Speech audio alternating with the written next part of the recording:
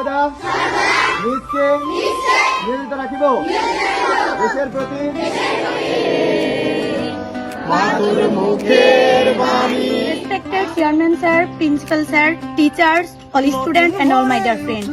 First of all, I wish you a very happy Independence Day. I feel great pride to present this speech. Bangladesh is an independent country.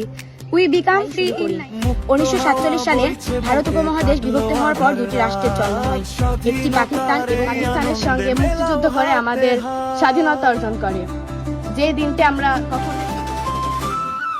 গাওরে সবাই খুশির গানে উড়াও রে নিশান, বিশ্ব মাঝে জাগলো দেখো আমার বাংলাদেশ মহান। স্বাধীনতায় আমার অহংকার, আমার প্রাণের সুর, এই দেশেরই ভালোবাসায় হৃদয় ভরপুর।